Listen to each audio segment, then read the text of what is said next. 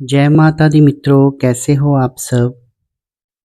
मित्रों, बहुत सारे लोगों के प्रश्न भी आते हैं और बहुत सारे लोगों के मन में ये सवाल भी होता है कि क्या कपड़ों से जादू किया जा सकता है?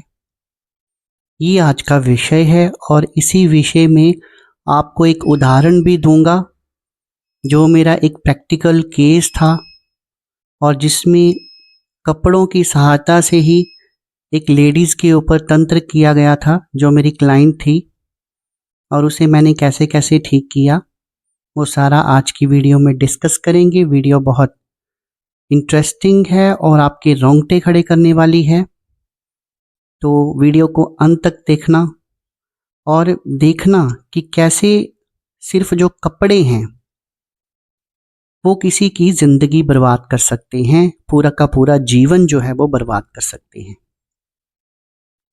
अब बहुत सारे लोग पूछते हैं कि क्या मतलब कपड़ों से मारण हो सकता है, कपड़ों से वशीकरण हो सकता है? ठीक है, षटकर्म जो है वो किसी के कपड़ों से संभव है? जी हाँ, ज़रूर संभव है। लेकिन कपड़े कौन से?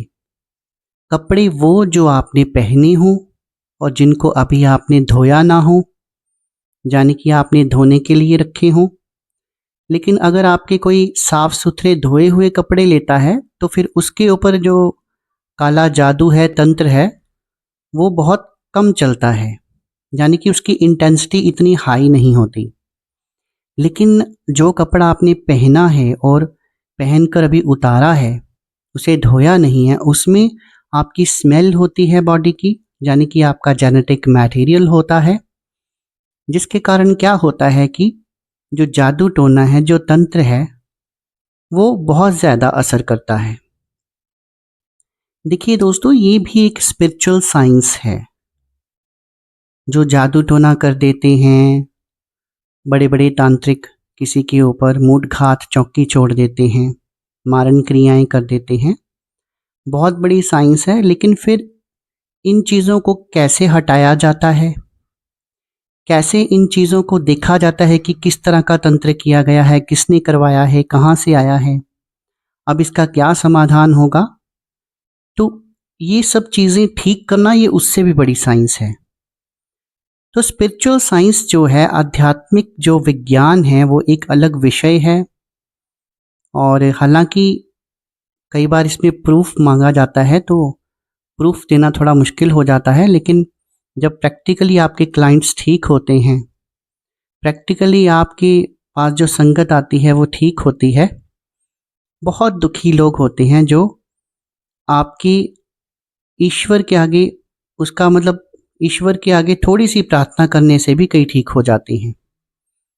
तो उनको वो कई वर्षों से परेशान होते हैं, लेकिन उन्हें स्वयं ये नहीं पता लगता कि हमारे साथ क्या हो रहा है।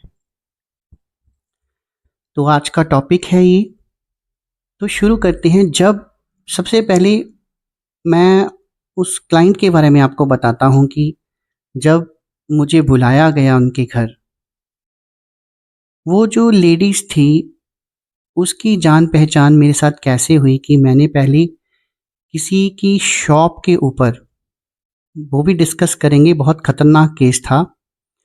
शॉप के ऊपर कोई जलता था और तंत्र करवा दिया। उस लड़के का अच्छा भला जो कारोबार था वो बिल्कुल ठप हो गया। फिर उसको 11 दिन का सेवन दिया, उसे पूरा समझाया क्या करना है। एक तो चीज़ बड़ी ख़तरनाक थी वो, किसी ने उसके अंदर वहाँ पर हड्डियाँ, शमशान की हड्डियाँ, राख और कुछ बाल जो हैं वहाँ पे फेंके हुए थे उसकी शॉप में। उसके बाद में उसका काम जो है वो बिल्कुल ठप हो गया था। ये जो बंदा था जो ठीक हुआ, जिसकी शॉप का काम ठीक चल पड़ा और उसके बच्चे भी आज सुरक्षित हैं, उसकी वाइफ भी सुरक्षित है, उसकी बहन थी ये आगे। तो पहले तो मुझे बताया नहीं कि तंत्र है, किया हुआ है, उन्हें पता भी था।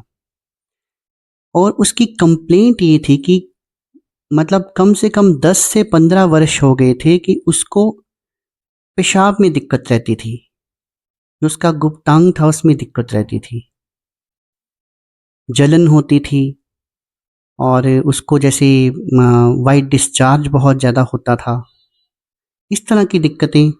और उसके साथ रात को ऐसे उसको लगता था कि जैसे कोई चीज़ आती है और मतलब उसके साथ सेक्स करती है, संभोग करती है।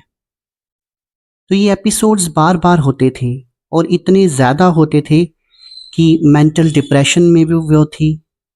उसकी हेल्थ जो थी, हेल्थ इश्यूज़ बहुत आ गए थे उसको।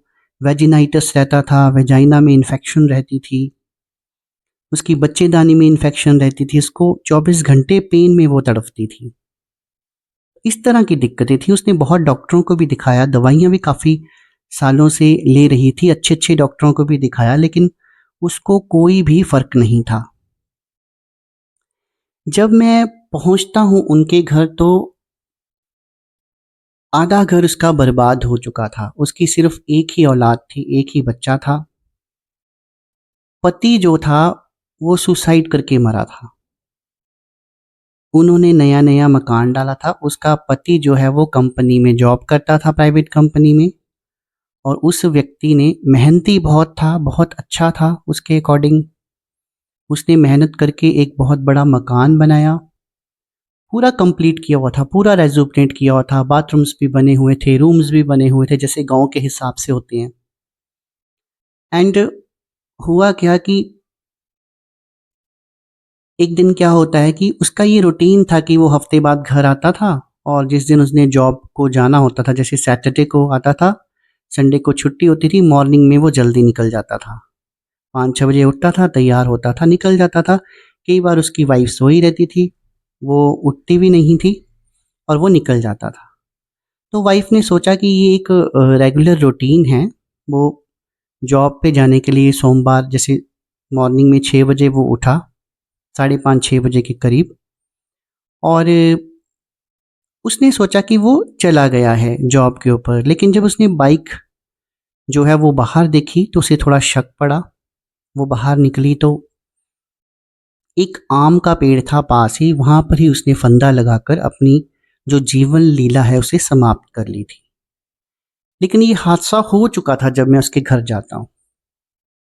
उसके घर जब मैं गया तो उसके घर की जो मैंने कंडीशन देखी, देखिए जब हम स्पिरिचुअल प्रैक्टिस करते हैं, सबसे पहले हम जो घर के पितर होते हैं या घर के जो कुल देवी देवता हैं, उनके सहारे हम चलते हैं कि अगर कोई दिव्य शक्ति उनके घर में है तो हम उनके थ्रू चलें। क्योंकि घर में अगर कोई देवता का निवास स्थान है तो किसी चीज़ को ठीक करना, किसी चीज़ को पकड़ना बड़ा आसान हो जाता है। क्योंकि कुल के देवी देवता और घर के देवी देवता जो है उनकी मेन एंट्रेंस जो चौखट होती है, वहाँ पर उसका स्थान होता है, पितरों का जो है छत के ऊपर स्थान होता है। लेकिन जब मैं उनके घर गया, वो तो पहले मैंने उनकी पूछा देखी, तब भी मुझे कोई देवी देवता नहीं दिखाई दिया। वो कहने लगे हमने घर में बाबा बालकनाथ जी की स्थापना कर रखी है। जब मैं उनके घर के अंदर गया और वहाँ जाकर बैठता हूँ तो क्या देखता हूँ कि मुझे वहाँ किसी भी, बाबा बालकनाथ जी तो बहुत बड़ी शक्ति हैं। उसका कहना था कि मेरी माँ के अंदर थे, आगे फिर मेरे अंदर आए तो हमने उनकी घर में स्थापना कर रखी है। तो स्थापना करने का तरीका बिल्कुल गलत था। ऐसे ही किसी शॉप से बाबा बालकनाथ जी का जो सामान मिलता है वो ले आए, ना कोई पंडित से जीवा दान करवाया गया, ना ही किसी ओझा भगत सयाने को बुलाया गया, और ऐसे ही उसको हवा में उस सामान को लटकाया हुआ था। और एक बहुत ही गंदा प्रेत मुझे उसमें दिख रहा था। क्योंकि जब आप देवी देवताओं की स्थापना नहीं करते तो आपको क्या दिखेगा, वहाँ प्रेत की ही स्थापना होगी। प्रेत ही उन चीज़ों में निवास करेंगे। जहाँ तो आपके गुरु आके स्थापना कर जाएं, जहाँ आप जीवन दान देकर किसी पंडित से और किसी ओझा भगत सियाने से उसकी स्थापना कराएं, तो उसका एक प्रोसेस होता है। वो अब यहाँ पे बहुत वीडियो लंबी हो जाएगी, उसमें नहीं पड़ेंगे। तो जो वो देवता बताते थे वो वहाँ पे प्रेत जैसे, उस जैसे वो थैली लटकी हुई थी वैसे ही वो प्रेत लटका हुआ था उसके ऊपर, और जो भोग प्रसाद उसको देते थे वो मज़े से खाता था। तो मुझे बिल्कुल ज़ीरो से वहाँ पर चलना पड़ा। पहले तो मैंने उनको ये बोला कि पहले तो आपके घर की जितनी भी नेगेटिविटी है उसको मुझे हटाना पड़ेगा। नेगेटिविटी में जैसे उनके घर की जो भी उनकी अंदर जो भी भगवान की तस्वीरें लगी थी ऐसे ही उन्होंने लगाई हुई थी। काफ़ी सारे भगवानों की हर कमरे में लगवाई थी। क्योंकि हम करते क्या हैं कि हम बस फ़ोटोज़ लाते जाते हैं और घर में लगाते जाते हैं, लेकिन कभी धूप-दीप नहीं करते। तो मैंने उनको पूछा, जहाँ तो आप सभी की सेवा कीजिए, नहीं तो आप ये सारी चीज़ें निकाल दें। वो सारी चीज़ें हमने फिर वहाँ से निकाल दी। वो कहते, इतनी देवताओं की सेवा तो हम कर नहीं सकते। तो मैंने कहा, फिर लेके क्यों आए हो? वो सारी तस्वीरें निकाली। फिर ख्वाजा जी को मैंने जाके, वो जो दल जल देवता हैं, हम पानी के किनारे गए वहाँ पर। और ये मैं आपको बता दूँ, ये हमारे हिमाचल स्टेट की ही घटना है। यहाँ पे हम किसी का नाम नहीं ले सकते, प्लेस डिस्क्लोज़ नहीं कर सकते। दोस्तों, होता पता क्या है, हम लोग ना भूत प्रेतों से इतने परेशान नहीं हैं, जितनी हम इस तरह की मूर्तियाँ, तस्वीरें अपने घर में इकट्ठी कर लेते हैं, फिर उनकी सेवा नहीं करते और वो फिर नेगेटिव चीज़ें बनकर घूमती हैं, भूत प्रेत उसमें वास करते हैं। इन चीज़ों से हम ज़्यादा दुखी होते हैं। तो अब केस क्या था कि उनके अपने ही घर का कोई आदमी उनके साथ लगता था, अपने ही घर का मेंबर था, कोई बाहर का आदमी नहीं था, उनके साथ बनती नहीं थी, जलन थी। होते कौन है, अपने घर के ही आदमी होते हैं। तो घर का ही जो गांव था उनका, गांव का ही एक व्यक्ति तंत्र विद्या जानता था और बहुत अच्छी तरह से जानता था। उससे उनके घर में तंत्र करवाया गया कि सारी सबसे पहले उन्होंने देखा कि कमाने वाला उसका हस्बैंड है, तो उसके ऊपर तंत्र क्रिया करवाई गई। और हो सकता है कि उसके ग्रह गोचर भी उस समय ठीक ना चल रहे हों। वैसे तो ज्योतिष विद्या पे मैं इतना विश्वास नहीं करता हूँ, जो देवता बताते हैं वही सही होता है। तो तंत्र विद्या करवाई गई और हुआ क्या कि उसने तो अपनी जीवन लीला समाप्त कर ली। जब मैं पहुंचा तो उनके घर में क्या प्रॉब्लम चल रही थी कि उस लेडीज के अंडरगारमेंट जो हैं वो उठाए जाते थे, जिसमें ज़्यादातर उसकी पैंटीज जो थी वो उठाई जाती थी। फिर उसके ऊपर तंत्र विद्या करवाई जाती थी, जिस कारण एक तो उसकी मेंटल स्टेट ठीक नहीं थी लेडीज़ की, और जैसे मैंने आपको बताया उसको सेक्सुअल प्रॉब्लम्स बहुत ज़्यादा थी। डॉक्टर से वो गायनी चेकअप करवा चुकी थी, काफ़ी डॉक्टरों को दिखा चुकी थी। उसका ब्रदर भी डॉक्टर ही था, तो उसकी जान पहचान भी थी। उसने स्पेशलिस्टों को भी दिखाया, लेकिन उसको कोई फ़र्क नहीं था। तो ये केस था। बार बार वो उसके अंडर गारमेंट्स गुम होते थे, लेकिन उसने भी इस चीज़ को कभी सीरियस नहीं लिया। अब उनका टारगेट थी मदर, क्योंकि उसका एक ही बेटा था कि ये मर जाए, उसके बाद में ये घर जो है वो बर्बाद हो जाएगा, फिर छोटा बच्चा रह जाएगा, उसको देख लेंगे। होता ही है, जब माँ बाप खत्म हो जाए तो वो फिर क्या जीवन होता है, जहाँ तो हम बच्चा अपने ननिहाल में रहेगा, जहाँ फिर अपने जो दादके का घर है, ताए चाचों के आगे वो मतलब मोहताज हो जाएगा, और उसकी जो ज़मीन जायदाद है फिर वो काबू करना आसान हो जाएगी, क्योंकि पहले भी प्रॉपर्टी का ही झगड़ा था। तो ये सिचुएशन थी जब मैं पहुंचा। तो मैंने उनके घर की पहले जो नेगेटिव चीज़ें हैं, जैसे मैंने आपको बताया, जितनी भी वहाँ पे वो मुझे जो चीज़ें ठीक नहीं लगी वास्तु के हिसाब से घर में, है ना, जहाँ जो मेरे देवता को ठीक नहीं लगी, वो मैंने निकलवा के जल प्रवाह करवा दी। उसके बाद में मैंने चारों कोनों में, जैसे हम प्रोटेक्शन देते हैं, वो दी। गुंजा के जो होते हैं बीज, उनके थ्रू, और फिर अभिमंत्रित कीलें जो हैं चारों दिशाओं में ठोकी, उनको प्रोटेक्शन दी। उसके बाद में एक प्रोसेस था कि वो जो कपड़ा जो उसका कोई गायब हुआ जो उठाया है, अगर उसके ऊपर कोई तंत्र कोई व्यक्ति करता है, तो वो तंत्र वापस उसके ऊपर ही जाकर गिरे, चाहे वो जितना मर्जी बड़ा तांत्रिक क्यों ना हो।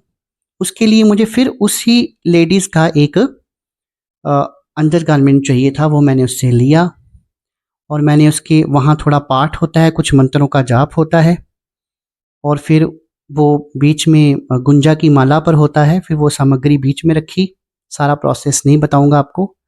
और एक कोने में वो चीज़ मैंने वहाँ पे स्थापित की हुई है कि जब तक मैं नहीं बोलूँगा आप इसको हटाओगे नहीं। अब वो जब घर पे अटैक करते हैं, वैसे तो जो प्रोटेक्शन चार कोनों में है, वहीं से वो चीज़ें जो अटैक करते हैं वो वापस उन पे डबल पावर के साथ जाती हैं। इस तरह उनकी प्रोटेक्शन की गई। अब वो मेरे पास आए थे, वो लेडीज़ बिल्कुल ठीक है, उसका घर का माहौल ठीक है। उसके बाद में बाबा बालकनाथ जी की स्थापना मैंने उनके घर में करवाई। मैंने कहा अगर आप देवता की पूजा अपने घर में करेंगे तो कोई भी तांत्रिक तो क्या, नेगेटिव शक्ति तो क्या, बड़े से बड़ा तांत्रिक भी आपके घर में कुछ नहीं कर सकता। बहुत बड़ी शक्ति है बाबा बालकनाथ जी, वो भगवान शिव का ही रूप हैं। गुरु गोरखनाथ द्वारा भी वो पूजे जाते थे। ठीक है, तो ये सब करवाया। तो अपने मेरा वीडियो बनाने का उद्देश्य ये है। और वो जो 10-15 साल से उसको गायनेकोलॉजिकल प्रॉब्लम थी, एक हफ्ते में फर्स्ट सेशन में भी वो गायब हो गई। और उसने मुझे खुद, क्लाइंट ने फ़ोन करके बोला कि मैं कभी ठीक नहीं हुई थी, क्योंकि तंत्र था, मेडिकल प्रॉब्लम तो थी नहीं। पर अब इसमें हम ये नहीं बोलते कि आप पहले डॉक्टर को दिखाइए, अगर डॉक्टर से आपको फ़र्क नहीं पड़ रहा तो आप किसी अच्छे भगत को भी दिखाइए, किसी ओझा को, सियाने को दिखाइए। हो सकता है छोटे से उपाय से ही आपको आराम मिल जाए।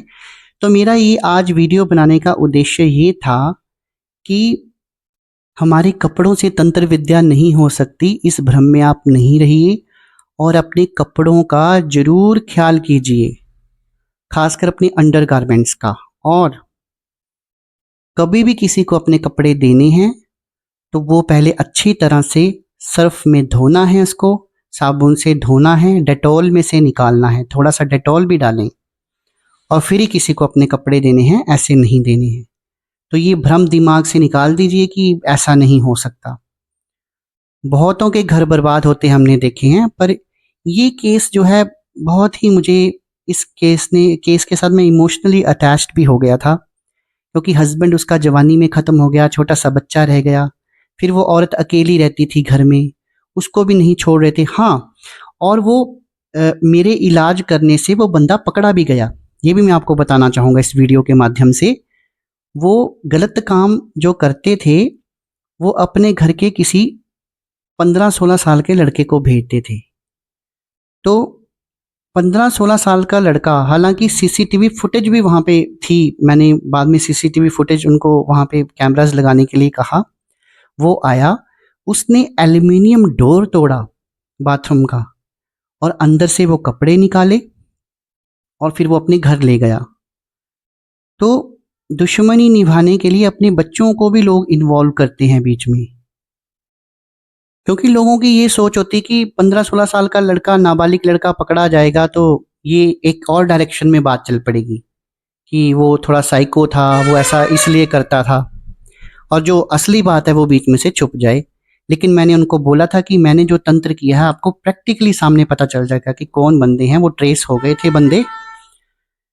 तो ये है कि आज वो बहुत खुश हैं, ठीक हैं, और जो उनके नापाक इरादे थे वो उनके दुश्मनों के वो पूरे नहीं हो पाए, वो अपना अच्छा जीवन व्यतीत कर रहे हैं। तो आप भी सेफ रहें। मेरी हिदायत है आपको कि अपने कपड़ों को संभाल के रखें, उनकी निगरानी रखें कि कहीं आपका कोई कपड़ा तो नहीं उठाया जा रहा। आज की वीडियो में बस इतना ही। मेरा काम आपको सतर्क करना था। कल फिर हाजिर होऊंगा एक नई वीडियो के साथ। तब तक के लिए शुभ रात्रि, धन्यवाद।